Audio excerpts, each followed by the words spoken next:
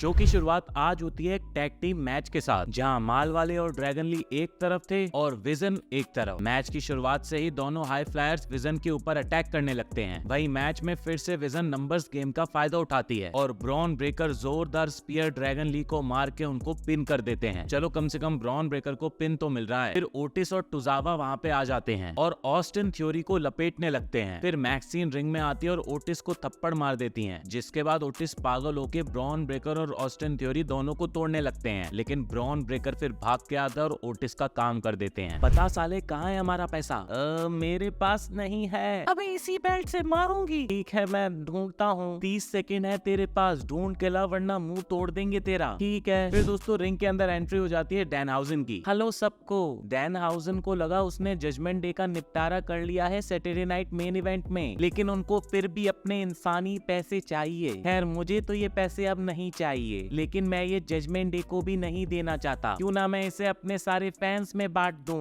डैनहाउजन रुक जा, हमारे पैसे दे। यहाँ कोई इतना समझदार नहीं है जिसको हम पैसे देंगे। दे हमारे पैसे। मैं बस यही बोलूंगा, तुझे लगी बद्दुआ। फिर दोस्तों डैनहाउजन को जजमेंट डे पीटने लगती है और तभी वहाँ पे जो हेनरी उनको बचाने के लिए आ जाते हैं। वहीं जजमेंट डे अपने पैसे लेके निकल लेती है। ये अरे ये पैसे लेके निकलो यहाँ से। क्या लगा रखा है रिंग के अंदर? हाँ निकलो। एक सेकेंड, ये तो असली पैसे है ही नहीं, नकली माल दिया है इसने। सुन तू साले। अबे क्या ये तेरा है? नहीं डैनहाउजन का है। डैनहाउजन तेरा है तो मेरा, लेकिन इसने फेंका था। चलो अब मैच ही कर लो तुम जेडी मैकडोना ओबा फेमी से। नहीं ओबा से क्यों? नहीं ये गलत है। गलत तो ये भी बोलेगा कि तू आज जो हेनरी से लड़ने वाला है। नहीं। फिर दोस्तों रिंग के अंदर एंट्री ले लेते हैं ओबा फेमी और जेडी मैकडोना भी आते हैं, जिनको मैच करने का मन नहीं था ओबा फेमी से। डैनहाउजन और जो हेनरी फिर उनको रिंग के अंदर फेंक देते हैं और मैच की शुरुआत वहाँ पे हो जाती है। 1 मिनट तक ओबा फेमी उनको उड़ा उड़ा के पीटते हैं और जेडी का काम कर उनको पिन करके ओबा फेमी जीत निकाल लेते हैं। फिर डोमिनिक मिस्टीरियो और जो हेनरी के बीच में मैच होता है, जहाँ लिव मॉर्गन जो हेनरी को रिंग पोस्ट में मारती हैं और फिर डैनहाउजन भी वहाँ पे आ जाते हैं, लेकिन लिव मॉर्गन उनको वहाँ से भगा देती हैं। फिर डैनहाउजन ईओ स्काई को लेके वापस आते हैं और ईओ स्काई लिव मॉर्गन पे अटैक करने लगती हैं। मैच किसी का चल रहा था और रिंग में लड़ाई किसी और की चलने लगती है। डैनहाउजन मौके का फायदा उठा के अपना फिनिशर मार देते हैं और जो हेनरी वहाँ पे मैच निकाल लेते हैं। वही फिर एक और टैग टीम मैच होता है, जिसके अंदर ईथन पेज और रूसिफ एक तरफ होते हैं और दूसरी तरफ चैट गेबल और पेंटा होते हैं, जिनके बीच में मैच होने वाला है और वो दोनों साथ में मैच के लिए वहाँ पे रेडी होते हैं। और मैच में रूसिफ को एंकल लॉक लगा के चैट गेबल मैच निकाल लेते हैं और लगातार चैट गेबल जीत पे जीत निकालते जा रहे हैं। मोमेंटम तो उनके साथ है और हो सकता है कि वो समर स्लैम में भी जीत निकाल लें। 9,80,000 सब्सक्राइबर हो गए हैं तोमर साहब के। हाँ और जल्द ही 1 मिलियन होंगे। नई वीडियोस और नई स्टोरीज जल्द आपको देखने को मिलेंगी और आप सबका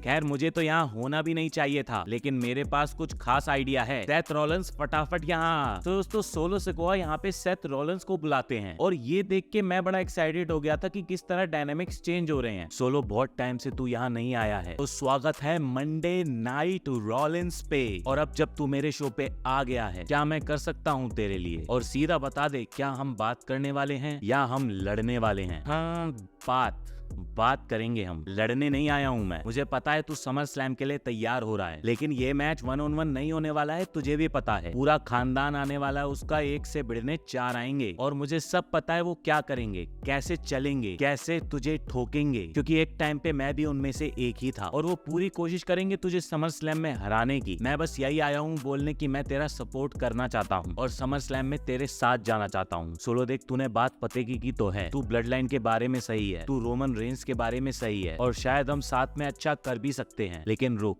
मुझे सोचने दे। अबे क्या सोचेगा बे? ये तो तुझे भी पता है, पत्थर की लकीर पे लिखा है कि वो लोग इस मैच के अंदर घुसने वाले हैं। जैसा तूने कुछ साल पहले कोडी के लिए किया था, वैसा ही मैं समर स्लैम में तेरे लिए करना चाहता हूँ। तभी दोस्तों वहाँ पे एंट्री हो जाती है जेकब फाटू की। उनके आते ही सोलो वहाँ से भाग जाते हैं और सेथ रॉलिंस मौके का फायदा उठा के उनको सुपर किक मार देते हैं।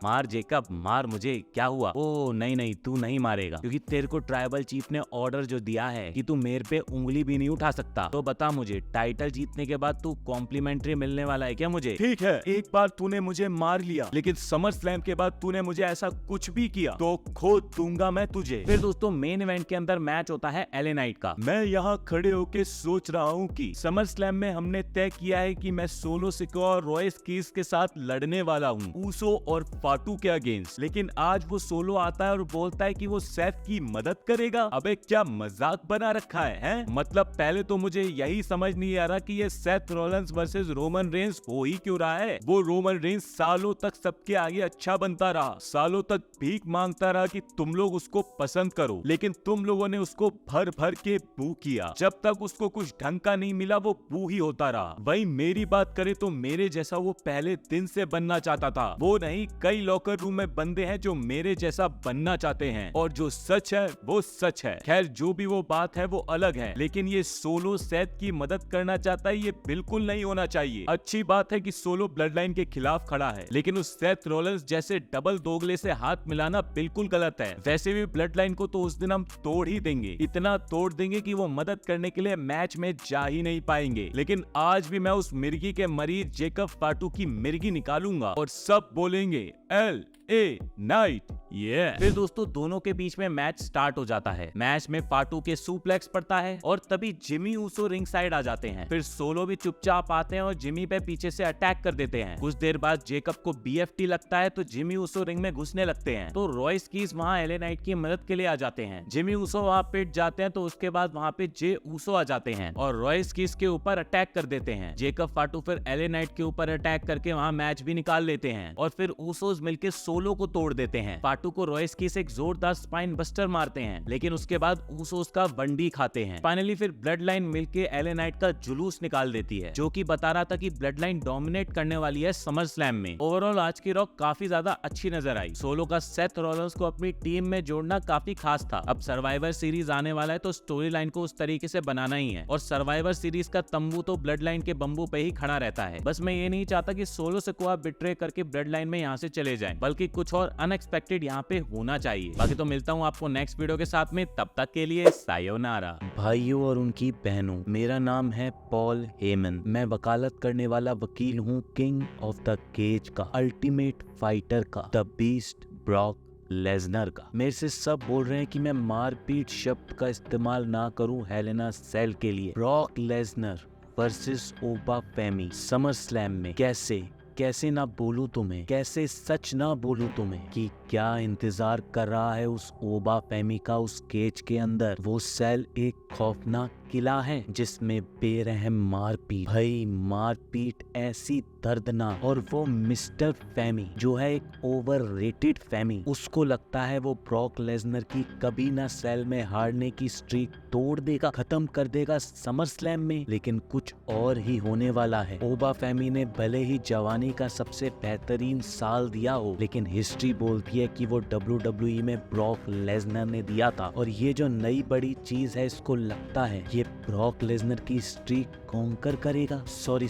रूल करेगा। लेकिन सच ये है, ओबा फेमी तू ब्रॉक को हरा नहीं सकता हेलेना सेल में। और ये तेरी जवानी का साल इसलिए नहीं जाना जाएगा कि तूने झाटुओं को उड़ा के तोड़ा, नहीं, जाना जाएगा इस चीज से कि तेरा साल खत्म हुआ एक दर्दनाक मारपीट के साथ, वो भी हाथों से उस ब्रॉक लेसनर के।